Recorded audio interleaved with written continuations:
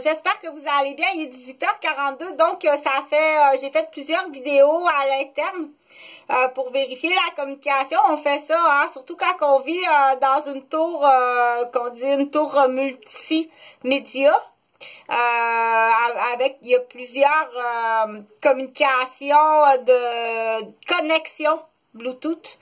Donc, et du coup, en plus, c'est un bloc qui appartient à 2 policiers. Dans l'expression, un poulailler. Un poulailler rempli de vautours, de renards.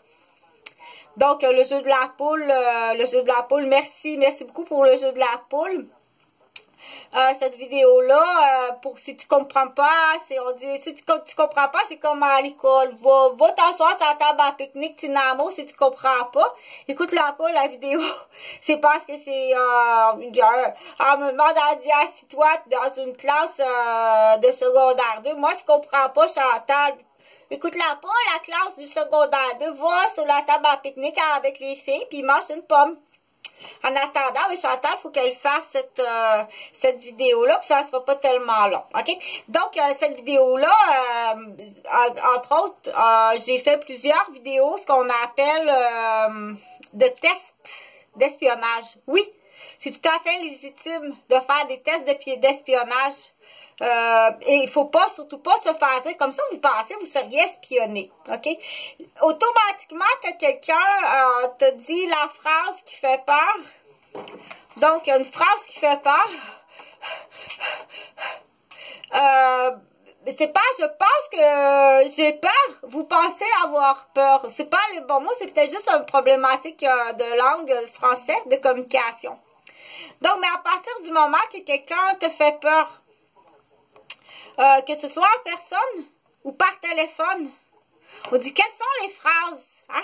Quelles sont les phrases là qui sont interdites? Je vais aller dans ma ruche, là, ici, là, ça c'est la ruche, ça, c'est quelles sont toutes les phrases qui sont interdites, qui fait peur, à un tel point là qu'il y a des gens là qui pourraient faire une crise cardiaque,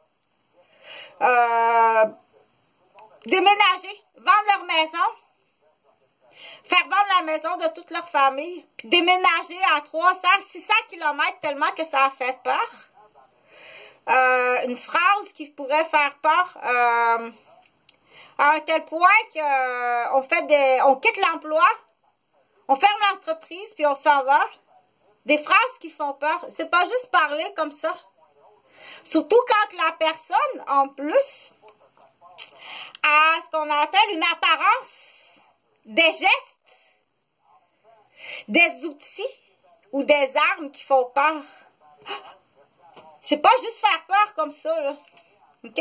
Là, attention, les marionnettes, les niaiseuses, là, ça compte pas, là. Les niaiseuses, ça compte pas. Il faut surtout pas jouer à la niaiseuse puis dire « Oulou, il y a un loup derrière la table de pique-nique » puis ça, on sait, c'est de l'enfantillage. Ça compte pas, ça. Ça, on fait pas ça non plus, là.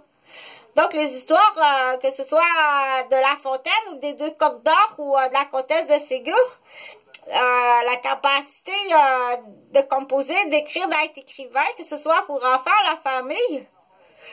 Quand on dit il y a quelque chose qu'il faut comprendre, il faut prendre le temps d'expliquer. On fait pas ça.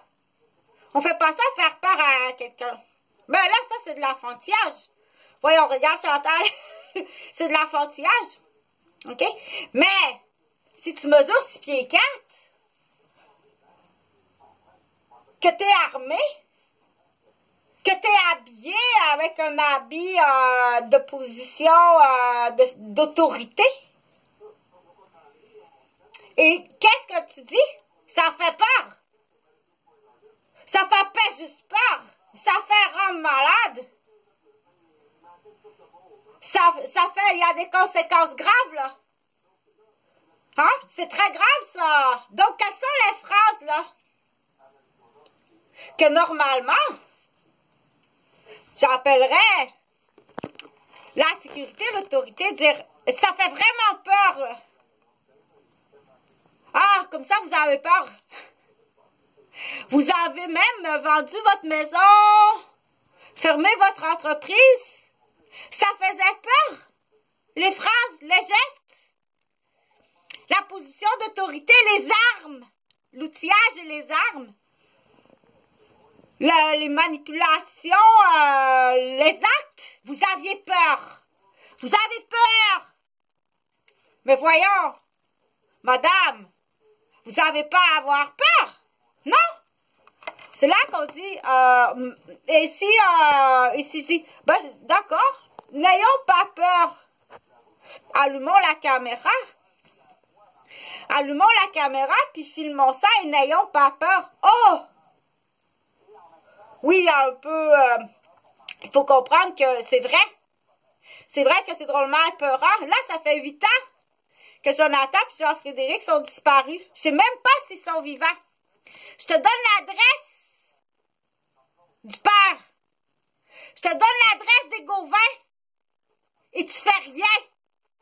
Tout ce que tu as à me répondre, c'est: avez-vous perdu la garde de vos enfants, vous?